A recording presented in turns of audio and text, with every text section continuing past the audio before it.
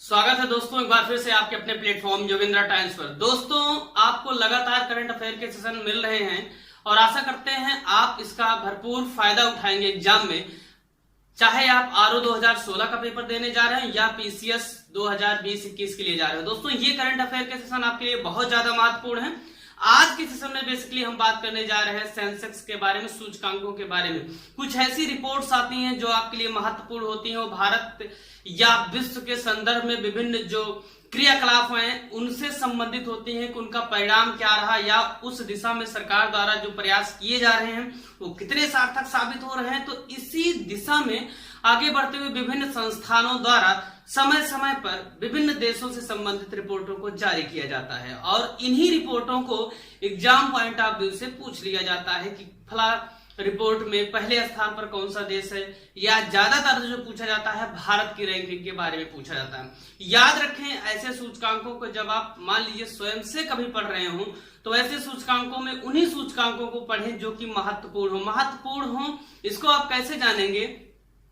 मान लीजिए वो स्वास्थ्य से संबंधित है, वो सुरक्षा से संबंधित है, वो आयात निर्यात से संबंधित है या वो पर्यटन से संबंधित कोई ऐसी गतिविधि से संबंधित है जो राष्ट्र के निर्माण विनिर्माण में बहुत बड़ा योगदान अदा करती है। ऐसी ही चीजों के बारे में एग्जामिनर आपसे पूछेगा। तो आइए शुरू करते हैं आज के सेशन को।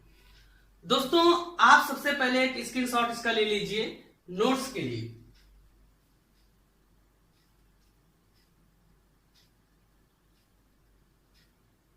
चलिए आज हम शुरू करते हैं सूचकांकों के बारे में अध्ययन को आगे बढ़ाते हैं। दोस्तों इसमें जो सबसे पहले हम सूचकांक को पढ़ेंगे वैश्विक लोकतंत्र सूचकांक है।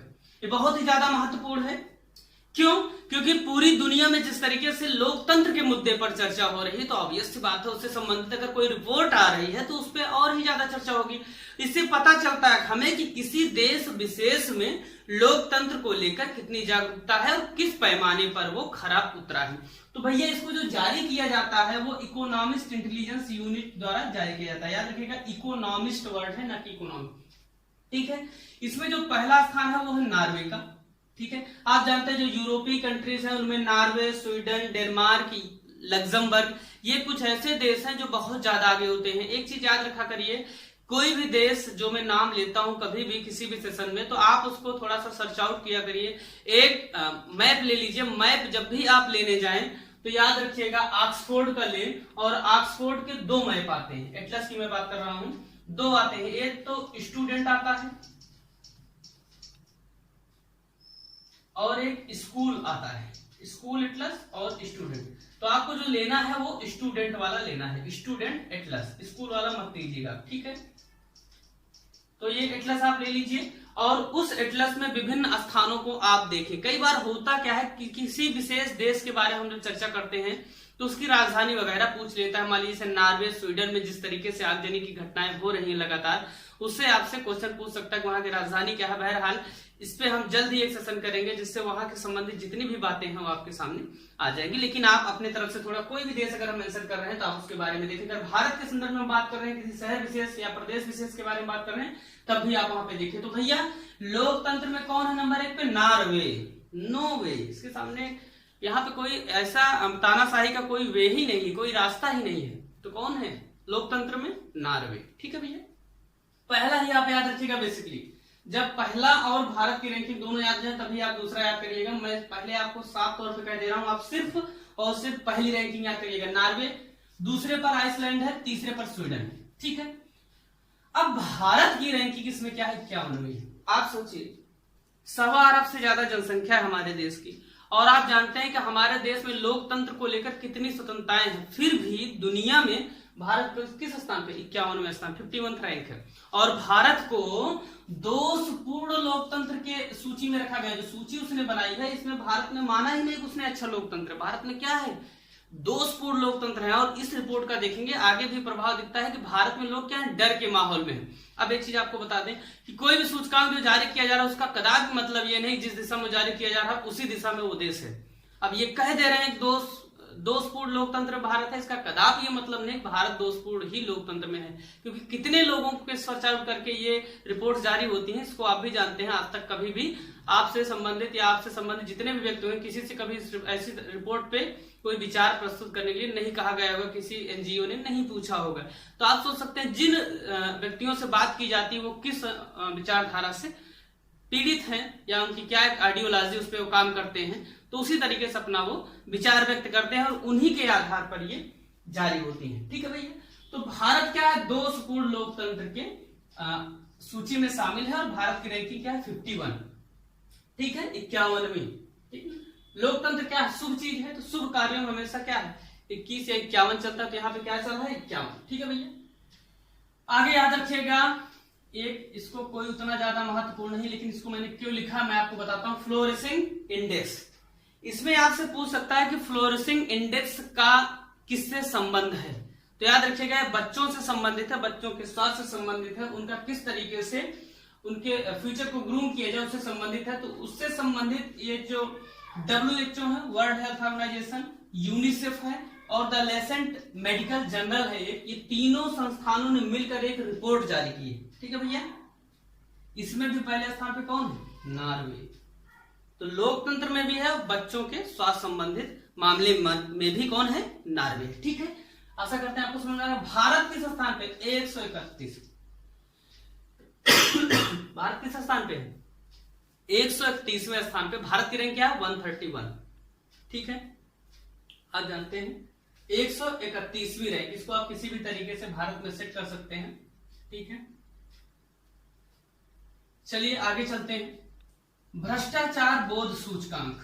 ठीक है, अब आप जान रहे हैं कि भ्रष्टाचार एक बहुत बड़ी चुनौती है देश में, तो कई बार इसको एग्जाम में यही पूछा गया भ्रष्टाचार बोध सूचकांक किसके द्वारा जारी किया जाता है। ठीक है ना, ठीक, आप जानते हैं जिस तरीके से कोविड-19 महामारी के दौरान सरकार ने जितने भी पैसे अकाउंट में डाले हैं डीबीटी के माध्यम से, डायरेक्ट बेनिफिट ट्रांसफर, ये मैं मानता हूं कि पिछले 75 सालों में जब से हमारा देश आजाद हुआ है, एक बहुत ही बड़ा कदम मोदी सरकार द्वारा उठाया गया, जिसको मैं मानता हूं, ये मेरी अपनी राय हो सकती है, जो कि हर एक व्यक्ति का अकाउंट से सीधे लिंक कर दिया जाना, उसका खाता सीधे डिजिटल कर दिया जाना।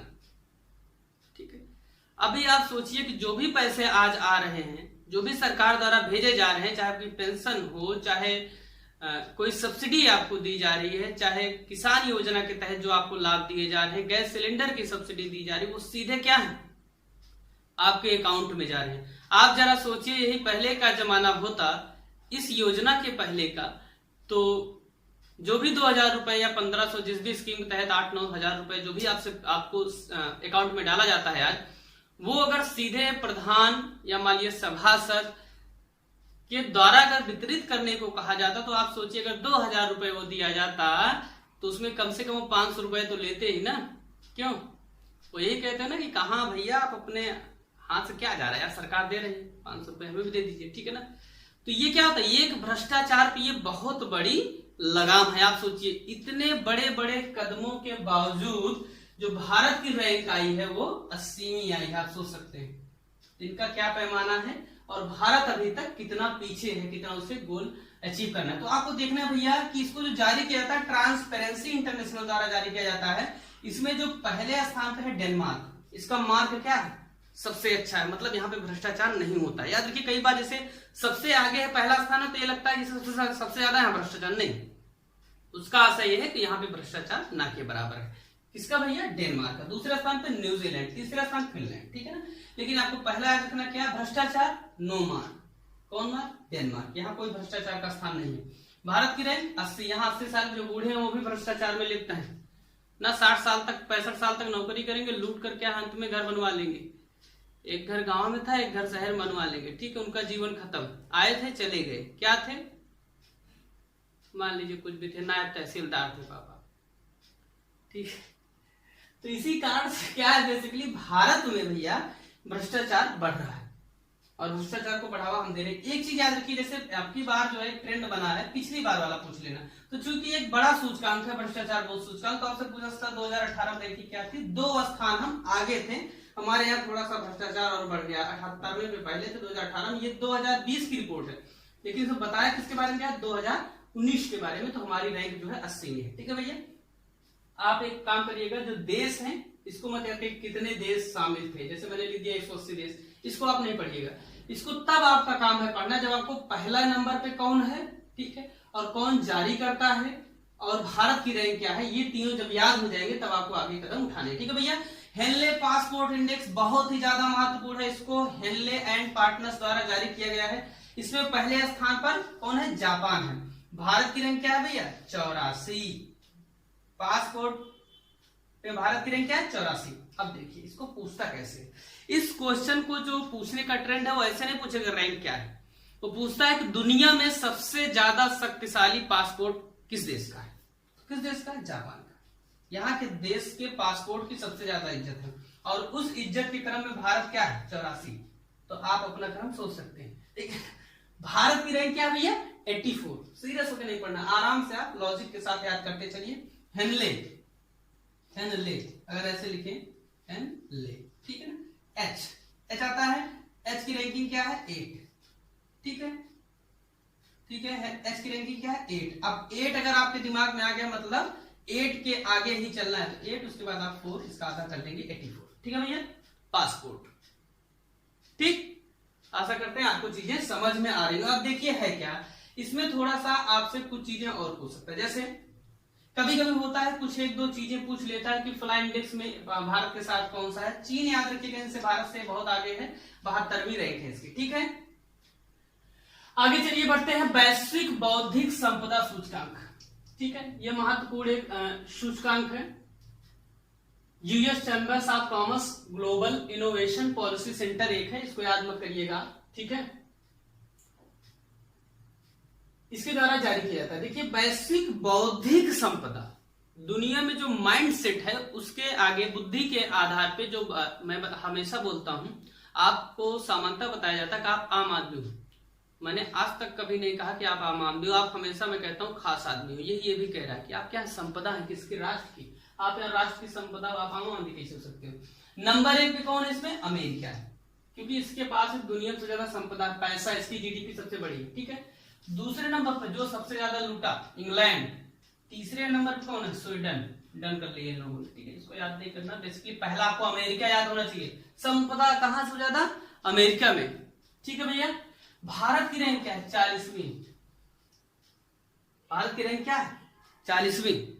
ठीक, 40 साल का होते होते आदमी क्या कुछ न कुछ संपदा अपनी बना लेता है, इसको थोड़ा दिमाग में याद क्लियर रखिएगा। ठीक है, और इस रिपोर्ट को जो जारी किया गया, एक थीम दी गई, आर्ट ऑफ द पॉसिबल। ठीक है, इसको मत याद करिएगा, या तभी याद करिएगा जब, चूंकि ये रिपोर्ट भी मैंने इसको इसलिए लिखा है थीम को, इसको क्योंकि ये पूछा जा सकता है आर्ट ऑफ द पॉसिबल, लेकिन तभी आप याद करिएगा जब आपको ये दोनों चीजें याद हो जाए। इस बात को क्लियर किया रहेगा माइंड में। वर्ल्ड हैप्पीनेस इंडेक्स जारी किया गया, खुशहाली भैया कहाँ हो, खुशहाली कहाँ है, 144वें स्थान पर है। देखिए 143। ठीक है, जब ये होगा इसी के बाद क्या होगा, 144, आप तभी खुश होंगे। ठीक है ना, जब आप खुश होंगे तब खुशहाली इंडेक्स में भारत की रैंक क्या आ जाएगी, 144 में। ठीक है, पहले स्थान पे कौन है, फिनलैंड। आप फिर से लैंड कर रहे हैं, खूब उड़ रहे हैं हवाई जहाज से। ठीक है ना, तो आप क्या करेंगे, खुश रहेंगे, लैंड कर रहे हैं आप बार बार। ठीक है ना, ठीक। तो भारत वाला याद रखिएगा क्या है, प्रेम। प्रेम अर्थात 143 से जो आशय लगाया जाता है, आपको याद करने से उसका मतलब है, तो उसके बाद ही आप खुश होंगे, तो 144। ठीक है भैया, आप इसको कोशिश करिएगा इसी तरीके से सेट कर ले दिमाग में। ये चीजें अभी आपको सामान्य लगेंगी, परंतु जब एग्जाम हॉल में आपका क्वेश्चन इससे टैकल हो जाएगा, सही हो जाएगा, तब आपको ये चीजों की वैल्यू आपको पता चलेगी, जो चीजें आप पढ़ कर रट के। अब देखिए होता क्या, मैं ट्रिक पहले नहीं सोच के आता हूँ, लेकिन इसी सेशन के दौरान मेरे दिमाग में जो आता है, किस तरीके से आपके दिमाग में सेट कराया जा सकता है। ठीक, तो उससे फायदा होता है आपको, मैं जानता हूं, और उससे चीजें क्या है समझने में आपको आसानी होती है। ठीक है, आप याद रखिएगा, इसमें देखिएगा जितने भी देश हैं, आप देखिए भारत से अच्छी रैंक है। पाकिस्तान 55वीं, बहुत खुश है, पता नहीं किस मामले में खुश है। नेपाल 92वीं, चाइना 94। ठीक है ना, तो आप देख रहे हैं भारत से आप देखेंगे सारे देश, बांग्लादेश 107, श्रीलंका 130, म्यांमार 135। इसको मैंने सिर्फ इसलिए लिख दिया कि आपके दिमाग में बन जाए व्यू कि हम क्या हैं, हमसे सारे लोग ज्यादा खुश है, हमारे पड़ोसी जितने भी है। ठीक है भैया, क्लियर। अब आपको याद रखना है, कई बार मैंने ये चीज देखा है कि एक कोई संस्थान जिसमें भारत मेंबर है, और सबसे ज्यादा जो पूछा था ब्रिक्स, कि ब्रिक्स देशों में सबसे ज्यादा खुशहाल देश कौन है, इसको याद रखिएगा ब्राजील, इसकी रैंकिंग सबसे अच्छी ब्रिक्स देशों में, और भारत की रैंकिंग तो आप जान रहे हैं 144, ठीक है ना। तो भारत ब्राजील से पीछे, या क्यों कहें कि ब्रिक्स में भारत सबसे लास्ट में, ठीक है ना, ये सबसे अंतिम स्थान पर है, ठीक है भैया, और ब्रिक्स में ब्राजील नंबर 1 पे, ठीक है। चलिए आगे आगे चलते हैं।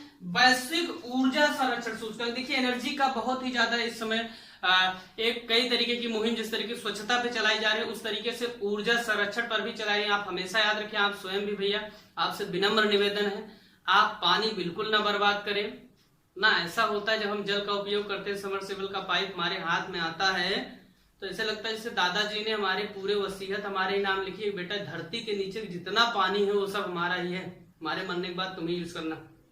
इसको कम करें, पानी का इस्तेमाल बर्बादी न करें, कोशिश करें इसको आप सतत विकास का पालन करें, उतना इस्तेमाल करें कि आगे वाली पीढ़ियां इसका लाभ ले सके। हमें तो ऐसा लगता है कि आप ही शायद कुछ दिनों बाद पानी से वंचित हो जाए, जिस तरीके से आप देख रहे हैं दक्षिण अफ्रीका में समस्याएं आ रही हैं, भारत में चेन्नई पूरा सूख गया, दिल्ली एकदम सूखने के करीब है ना। तो इससे आप बचने के लिए पानी को बचाएं, प्राकृतिक जितनी भी चीजें हैं उनका आप संरक्षण करें। अपने स्तर पर सारा काम सरकार नहीं कर सकती, इसको थोड़ा दिमाग में रखें। तो लाइट का भी उसी तरीके से प्रयोग करें, ऐसा नहीं बिजली बिल दे रहे हैं जो पाए वही करें। अब तो जा रहे हैं मीटर भी लग गया तो उसी अकॉर्डिंग, लेकिन आप कम से कम ऊर्जा को आप बचाएं हर तरीके से, ठीक है, अपनी भी ऊर्जा को फालतू ना भूलें, ठीक है। किसके द्वारा जारी किया था वैश्विक ऊर्जा संरक्षण सूचकांक? वर्ल्ड इकोनॉमिक फोरम द्वारा। किसके द्वारा? वर्ल्ड इकोनॉमिक फोरम द्वारा। और पहले स्थान पे कौन है? स्वीडन।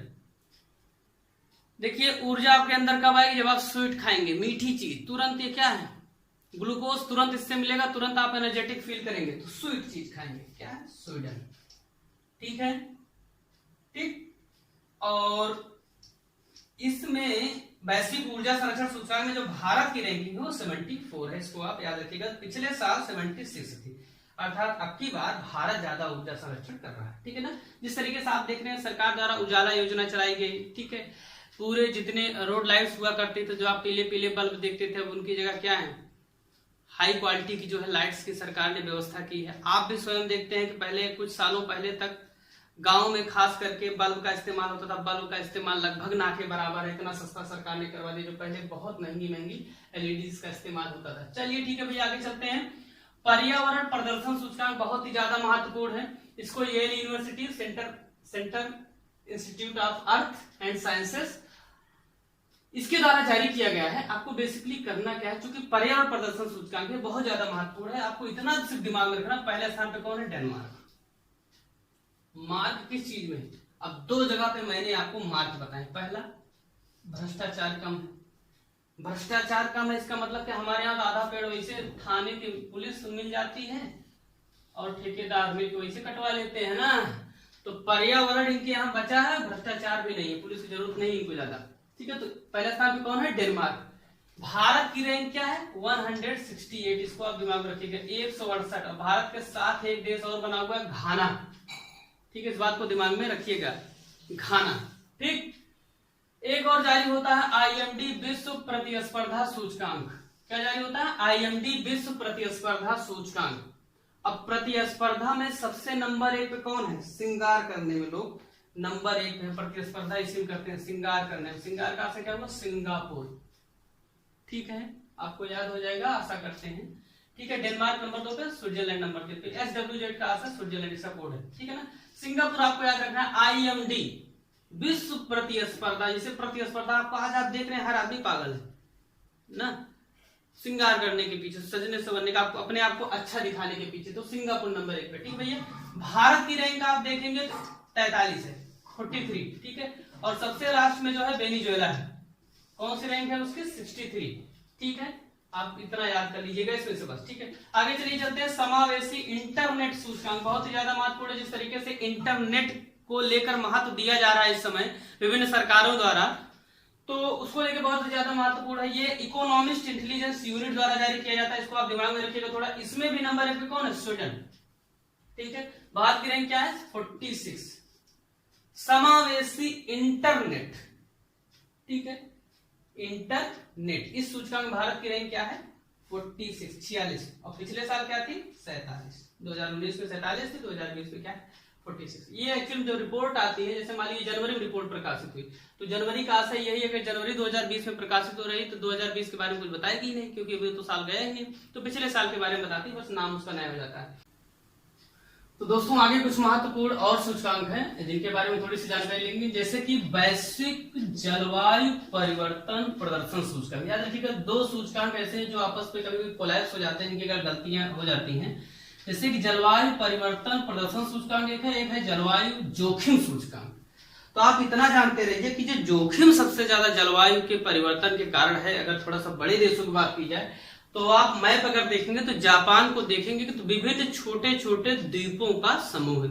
मैंने पिछले सेशन में आपको बताया था कि द्वीप किसे कहते हैं भैया, जो स्थल का वह भाग, मिट्टी का वह भाग, थोड़ा सा बड़ा पार्ट होता है वो, जो कि चारों तरफ से पानी से घिरा हुआ होता है, उसे क्या कहते हैं द्वीप। और प्रायद्वीप क्या है, जो तीन तरफ से पानी से घिरा हुआ। जैसे भारत का मैप आप जब देखेंगे तो तीन तरफ से, पूरब, पश्चिम और दक्षिण तरफ से घिरा हुआ, उत्तर तरफ से हिमालय और चीन वगैरह पूरा है।